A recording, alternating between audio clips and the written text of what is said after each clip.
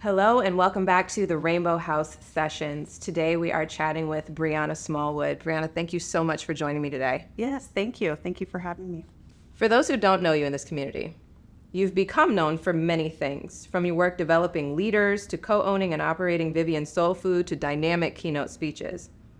In all of the spaces that you occupy, you strive to build empathy and meaningful connection in the environment. Tell me why that's important to you. I think that it's so much easier to not fit in than it is to fit in, because we're our own worst critic. We are our biggest critic. And you can go into any space and pick out easily what's different from me, about me from them. And I don't like to feel that way. Personally, I don't like to feel that way, and I do it to myself. So it's super important to me to create spaces where I know everyone who walks in is going to be picking out all of the things about themselves that are different, all of the things that make them uncomfortable. But when they get in my space, it's going to go away. You've had a pretty long corporate career. Yes. Tell me a little bit about what it is that you do. So I work in ed tech. I've been doing that for about 15 years. Do you remember in middle school, maybe 6th, 7th grade, those little 4-page magazines with news? Yes. Okay, so we developed those, but online is ultimately what we do as a company. I'm an operations manager though. So what I do is I basically field all of the questions that are going to come in from all of the educators, district administrators, tech coordinators, those types of things, and set my team up to be able to support those users. We're in 90% of all of the U.S. schools across the country. Yeah, so it's big, and it's valuable, and it's real time impactful every single day. We publish about 15 articles a day that you take from New York Times, Washington Post, National Geographic, and we basically rewrite them so they're absorbable for students in grades 3 through 12. So any teacher, any grade level can use this content, keep real-time current events in the classrooms, but then it's also leveled entirely and aligned to every state standard, so then it can become curriculum as well. Now you do that work remotely. Yes. And you manage a team remotely. Yes. You have also had experience with managing a team in person. Mm-hmm. How do you go through the process of building a team that you can't really interact with in that way? You're never going to the water cooler. You're never going to be in the same place, or very infrequently in the same place at the same time. What does that look like, maintaining those relationships and building trust? Well, I think technology's on my side for that. All over the world, we interact via digital platforms all day, every day. So fortunately for me, right now in the corporate America workspace, it's all millennials. They're all young people. I mean, I've gotten to the space in my career where I'm typically the older person in the room, the tenured individual. Yeah. And so because of that, because of the generation that's in the workforce right now, they adapt super easily. So I do one-on-one hangouts with every single direct report that I have, at least weekly. I do a ton of team gatherings and syncs. I mean, and really that's kind of what my job is anyways, is to connect all the pieces. I hold all the conversations so I can collect the information, make the decisions, push out the processes. And so I really just hold a ton of conversations every week. I require video. And then we also do a lot of team building. So for example, just this past Friday, all of my entire team, there's 14 of us, I had them all in their kitchens and we were making soy wax candles. I had ordered them on Amazon, shipped them out to everybody all over the country. Yeah. So this is we're Zoom candle building. Yeah. Yeah. We were virtual. We had music going and we were chatting. It felt like we were in each other's space, but we weren't. Wow. Mm-hmm. That's amazing. Yeah. Thank you. I've never had anyone try that hard. Oh. And it comes easy. Yeah. I feel like in order to get real productivity out of any person, they have to trust you. They have to be comfortable with you. And so I came from a company that was very tight-collared and, processes were huge and policy wasn't to be questioned. And so when I went to the company I work for now, I actually went through a period of culture shock. Yeah. One of my first meetings, my VP showed up with a fitted cap on. And I was like, what is happening here? Just the hat. The hat was overboard. I was like, what is going on? But that's the culture of the company. And it allowed me to relax and become a different type of leader. So, Yeah. yeah. How would you describe yourself as a leader? I would say I'm super flexible, and I'm super flexible, but I think that they know, like, there's small talk time and there's business time. Yeah. As long as the work is done and it's accurate. I'm not a micromanager. I'm not going to go through and make sure every single I is dotted and every single T is crossed, right? I kind of live by a saying, trust but verify. So you give me your work, and I'm going to trust that it's correct. And every so often, I might go through and just make sure that all the pieces match up. But until you give me a reason to not trust, I'm going to assume that it's correct. And I think that has really empowered my direct reports. They know that working for me is not me hovering over them, giving them crazy requirements. And also, I'm very forward thinking. So I'm always kind of identifying, like, what are the strengths, what are the skill sets of each person? And I intentionally set up stretch opportunities. They feel like sometimes in the moment, some of these different projects that I pull them into and I have them work on are time eaters, or they might feel like they don't see the value in it. And then it's so funny because then, days, weeks, months down the road, when they're getting these newfound responsibilities, they're like, oh, that's why you had me do that other project, because now I know how to compile this report. I know where to pull that data. I need a different set of data for the responsibility you're putting on my plate, but now I know how to do it. So I'm constantly forward thinking, and I think that a lot of them have really kind of enjoyed, they're always trying to figure out, like, where is she going? What is she doing? What's the goal here? Well, and how do you try and impart the importance of that skill set to your team so that they become people who are self-starters, who are forward-thinking, who are, getting ahead of it? That's a good question. So like any other company, we have quarterly check-ins and performance reviews and this, that, and the other. We have all of these different things. What I started doing about 2 years ago is I have each of them set goals every week. And they thought that it was silly, but I have them set little goals every week. They don't always accomplish them, but they always have something to talk about when they come to the one-on-ones. And then they always have something to reflect on as they've grown. So I've started doing that. And what's crazy is that I made like a template in a spreadsheet, and several of them have really expanded on that template. Then they share their practices with each other. And it's really kind of turned into, it's just the workbook. It's what they use, and it's so easy. It's not something that's formal. It's not something everyone in the company is doing. And it's not something that's required or expected, but they understand it's there to help them. They can tailor it to work for them. And it's really helped them grow. But I think reflection is key. Now, you love a strategy, a plan, and a process. Facts. You are one of the most disciplined and consistent people I know. Thank you. How has that served you? Consistency is safe, right? When you are consistent with things, then you know how things are going to happen. And so I think that that's kind of like the starter. It's just built into my character. It's who I am. I do things for long periods of time. But the other thing is that consistency builds efficiency. And when you're consistent and you become efficient, then you have more time and more capacity to take on more things. And now you're doing more things. So consistency it's really just like the gateway to growth. And that's all that it is. And anything that you do, it really truly is just the gateway to growth. Was there something along the way within like your childhood or your life in general that sort of brought you to become this very disciplined and regimented person, or were you just like born with a planner in your hand? Both. I think I was born as a very organized person. I actually called the police on my sister when I was about 5 years old. Oh. Yes, because we had cleaned our bedroom. We shared a bedroom. And she's a year younger than me, so she's 4. Yeah. I was 5. This is a big thing for a 5-year-old. She had ripped up a piece of notebook paper all over the floor, and I was livid. So I threatened her, and I said, I'm going to call the police if you don't pick that up. Now, when you say you called the police, I feel like at 5 you don't know the non-emergency number. Oh, I dialed 911. Oh, God. The fire truck, the ambulance, all the things showed up.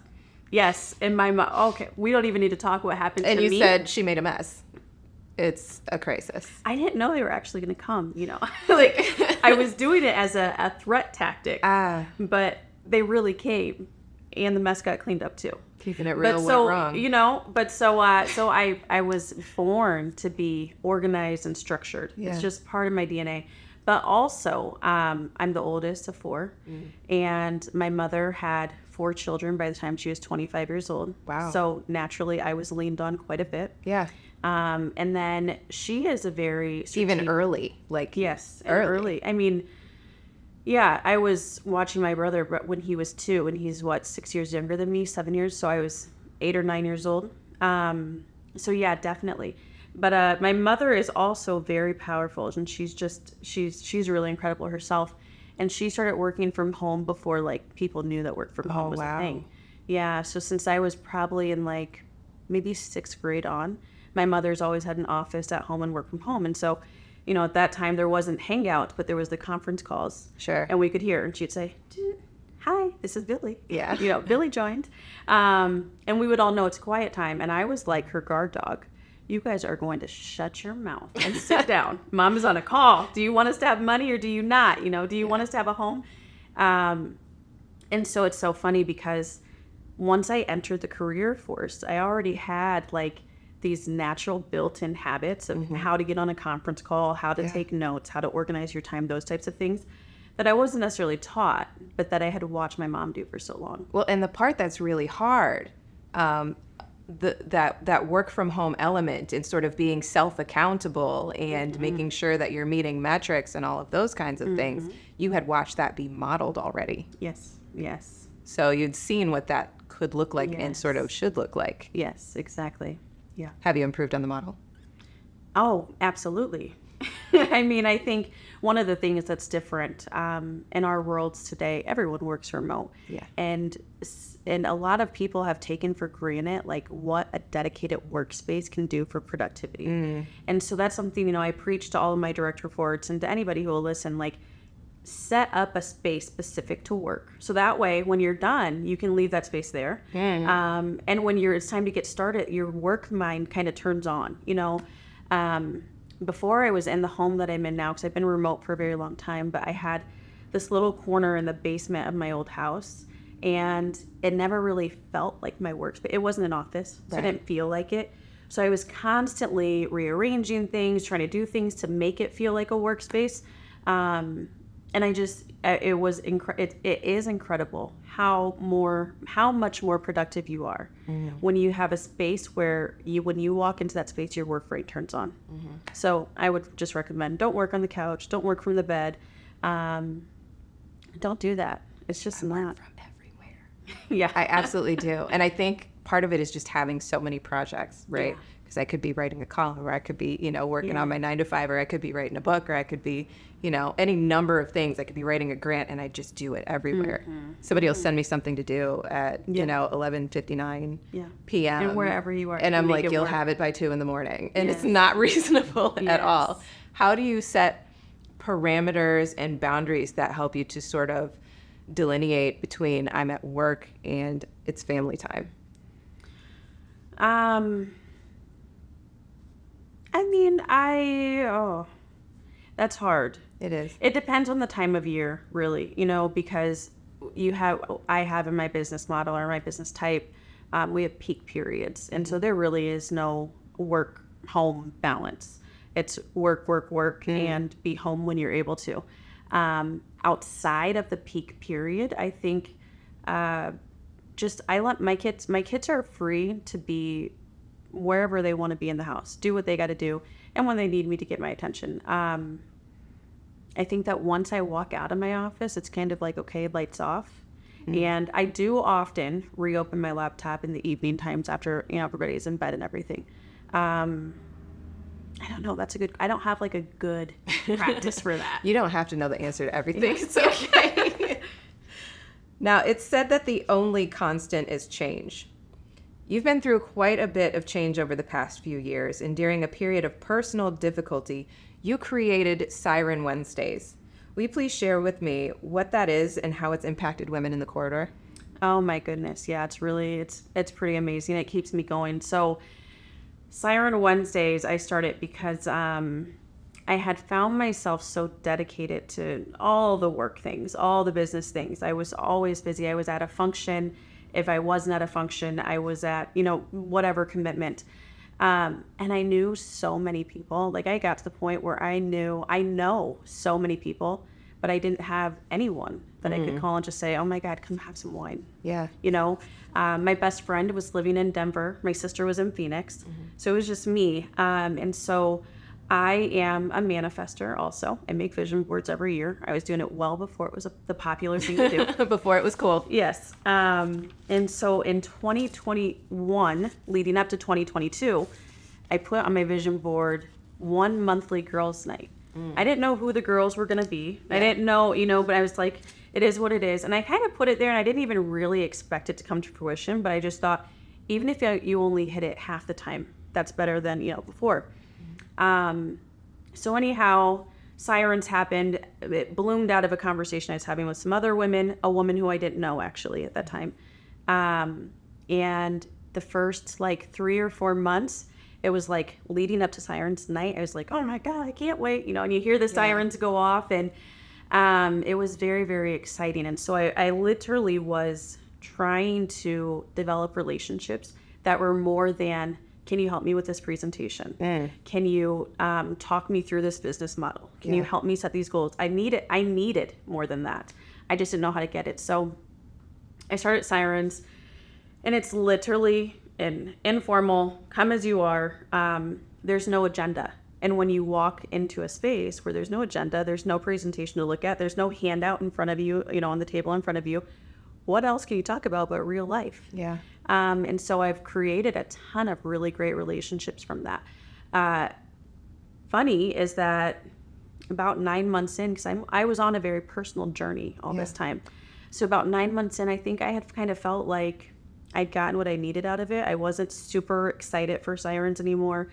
It started to almost kind of feel like a chore. And I would the day before Sirens be like, oh, tomorrow's Sirens. I got to make the post. I got to get the people. Yep. So I started considering, should I change this to quarterly? Should I do it annually? Should I ask someone else if they want to take over? And on that very next Sirens, I went, and only 2 women showed up that month, which is very odd, but it was an ice storm the day before. Oh, well. Right. Right. Fair. Right. So it was just the 3 of us. It was super intimate. And one of the women was sharing just kind of her story and what it meant to her and what it did for her life. And her children were super excited about Sirens because she was in a better space from having this, girl time, this woman time. And I realized during that conversation, I was like, whoa, wait a minute. First of all, I've never had a Sirens where I didn't meet at least one person I didn't know prior. And so I think in that conversation, I realized what Sirens was for me at the beginning, it is for a different woman every single meeting. Yep. And I don't always know that. I don't know the woman who's coming because she has not had any adult interaction in 3 years. I don't know who she is. But there's always someone. So that kind of reignited, and it made me realize the impact that it has. And I've kept it going. So now we have this huge community of women. Some months there's 5 of us, some months there's 30 of us. But it's very, it's comfortable, it's needed, and it's just a space that you come to, and you don't have to worry about anything. I had one woman come it was either last week or the week before, but the most recent Sirens meeting that we had, and she had never been, and she didn't know anyone else there except for me, and she actually had never even met me personally. She only knew me from Facebook. Yeah. So she came, and she had a ball. She had a really good time, and she made a public post about this, but then she also DM'd me directly, and she was like, have you ever walked into a space and you just know you don't belong? And she was like, girl, it happens to me more often than not. I just don't ever belong anywhere. And she goes, but I walked in, and she's like, I can't even believe how welcoming you guys are. And she was like, that was really insane. She's like, I will be there again and again and again. She's like, you really created something special. Yeah. And I thought, the courage to come, and then the courage to share your thoughts publicly, and then the courage to reach out to let me know directly really says this wasn't just her putting some fluff on because it's a cool thing on Facebook. Right. She was really genuinely impacted, and that makes it worth it. So I hate to tie this back to business, but I'm gonna. You're good. One of the things that I learned in business school, one of the fundamental components that they taught us very early was that you build the business and then you transition it to someone else. And that's, a sales process. But that's often the hardest part, is bringing something to conception and then trusting someone else with your baby. Recently, you had an experience where you couldn't attend your Siren Wednesdays, but you appealed to those on social media to hold it anyway, and they did. Tell me a little bit about what that was like for you. So that was super special because I was having a week where I had just overly committed myself to things, and I had to choose something to drop. I didn't want Sirens to be that thing, but it was the thing that I had the least skin in the game on, right? So I put it out there. I wasn't sure if anyone would go. I was a little concerned because I know that there's a couple of women who lean on it so much that they need it the same way that I needed it in the beginning. And so I wasn't sure what was going to happen. So they showed up anyways, a small group of them. They got together anyways. And that really just made me feel like, okay, this is bigger than me. Because again, going back to our earlier conversation, I started this really kind of out of selfish, selfish reasons. Yep. I wanted to be around more people. I wanted to be around other women. And so it was a very selfish endeavor. And when I realized, especially with that situation when that happened, that it was so much bigger than me and that they need it and they're willing to host it, it's like, okay. Now, you call it a selfish endeavor, but I think that as women in society, we are so discouraged from prioritizing the things that we actually need. Facts. I feel like you call it a selfish endeavor, but honestly, you were just finding a way to meet your needs. And I don't know if that's really selfish. No, yeah, I agree. I mean, it's self-care, right? Right. And that's kind of how I began posing it at the beginning. I would always say, this is top tier self-care. Spend some time on you. Give yourself a break. And what's really funny about you saying that is that just recently I was having lunch with a girlfriend, and she's kind of going through this identity thing, trying to find herself after having been a wife and a mom for all these years, and kind of lost herself, got lost in the sauce. And she goes, I don't know what to do. And I said, well, start by making a list. Write down 10 things that you really enjoy that require minimal money and nothing from anybody else. And she's like, okay. And then she texted me later and she's like, I don't have any things. And I was like, girl, what? But I remembered being in that space where you could ask me what I like. I didn't know what I liked. You could ask me what I wanted to do. I didn't know what I wanted to do. But ask me about the goals of my business at that time. Ask me about the projections and the future of my children at that time. Well, I mean, still to this day, but ask me about them and where they're going. Ask me about what they have going on. Ask me how they're feeling, what they like. Easily. I could tell you all day long, but to come up with what I like and what I wanted, it was very difficult. And I'm seeing now that there's so many women in that situation. I had no idea, because I think when you're in that space, you feel like it's you. Yeah. Women don't talk about it. So it's been a journey. Well, it seems like we're sort of rewarded for being adaptable to the needs of everyone around us, because 100%. Then we're a good mother. Yeah. Then we're a good partner. Then we're a good employee, because we've given everything that we needed up for the pursuit of what was important for someone else. Yes. That's when we've achieved. Yeah. That's when you're great. But then are we happy? Right. Right. What are you most proud of? In business or in me? I would say in business, I'm most proud of my ability to learn and go. I think that I've experienced a whole lot of things in business, especially, that could have shut me down and just, made me really avoid the business space. And people ask me that all the time, do you feel like people ask me if I feel like the loss of my most known business is really a loss. And I always tell them, I feel like I graduated business school. It's deep. I really learned so much, and I know how to do things so differently. I took a lot of losses during that, but I had so many lessons and a ton of success as well. So I'm super proud of just my determination to keep going and kind of like not really being I'm not willing to be stopped. Personally, I'm really proud of my level of self-awareness. It takes so much strength to be self-aware because you really have to look at yourself and understand the things about yourself that you don't like, the things about yourself that you're scared of. And you have to be willing to see those before you could do anything about it.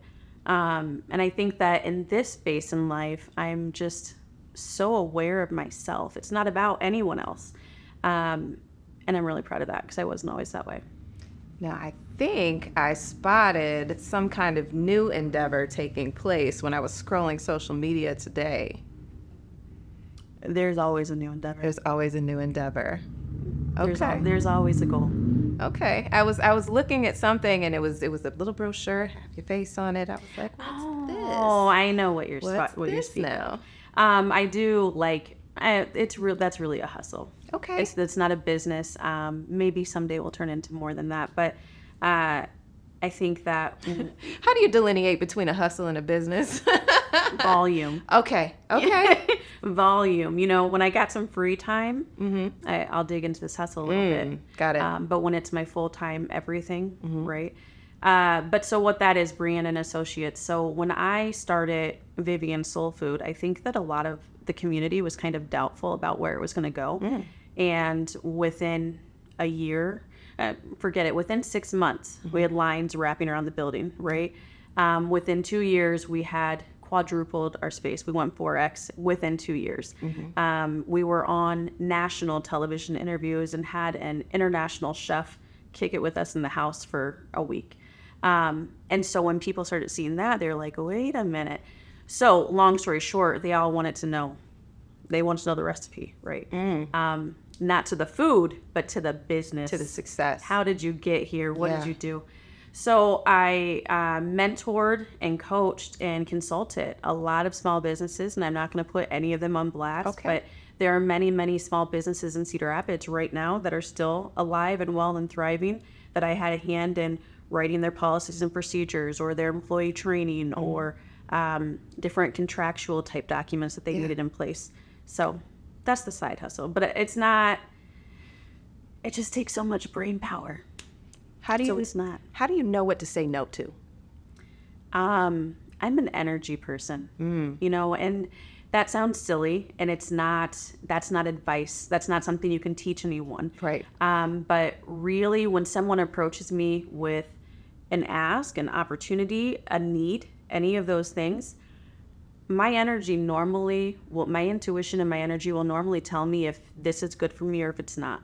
So I go off of that first. And if right away my energy is saying like, no, red flags, then I just kindly, decline.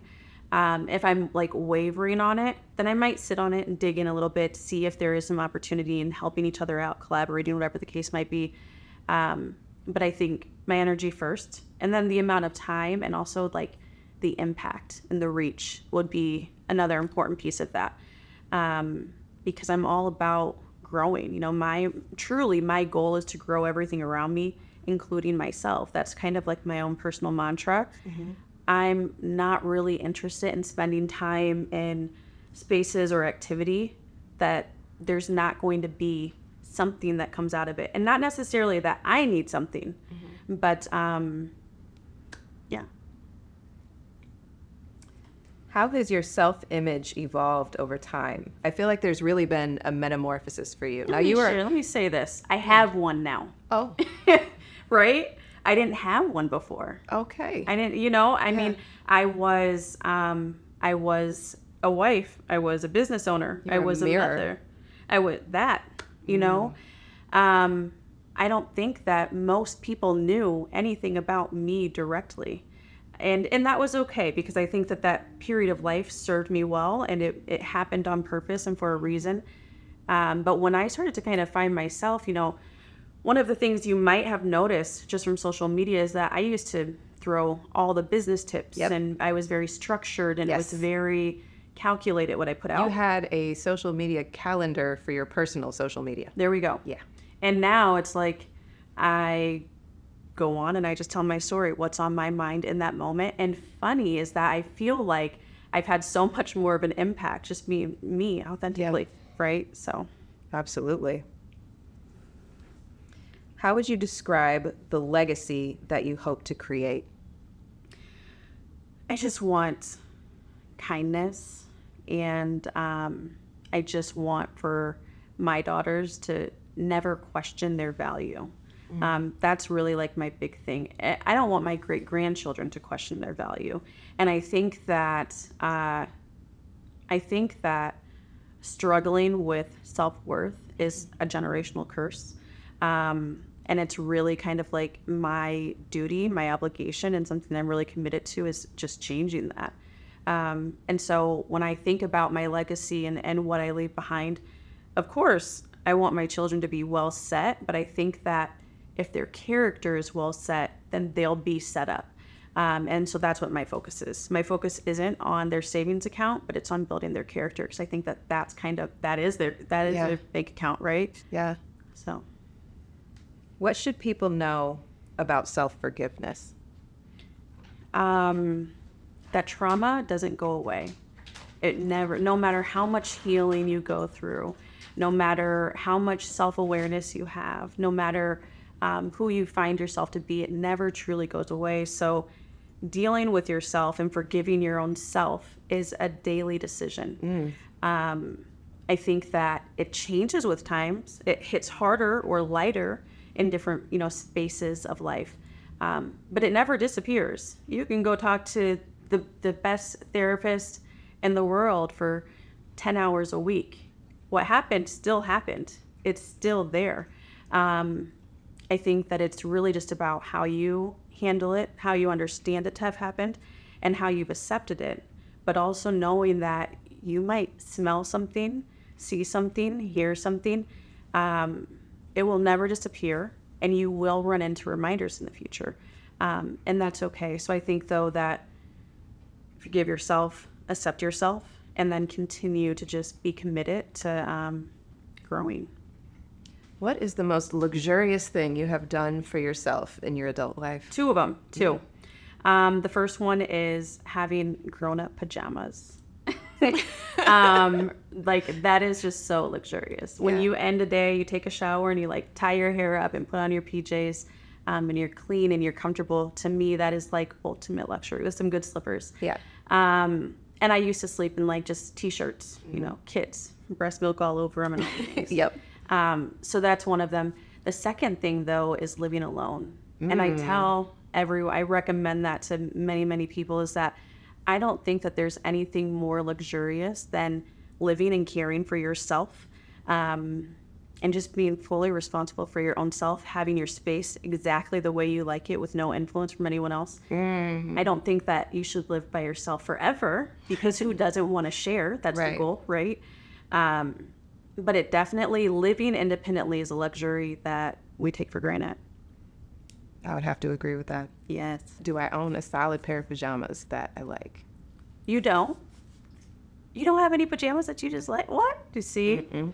See? No. You Because wanna I'm know- always coming in. I just walk the dog. So I'm in like sweatpants or something. Because I was just, Target sells these boxed, which sounds like so cheesy and so tacky.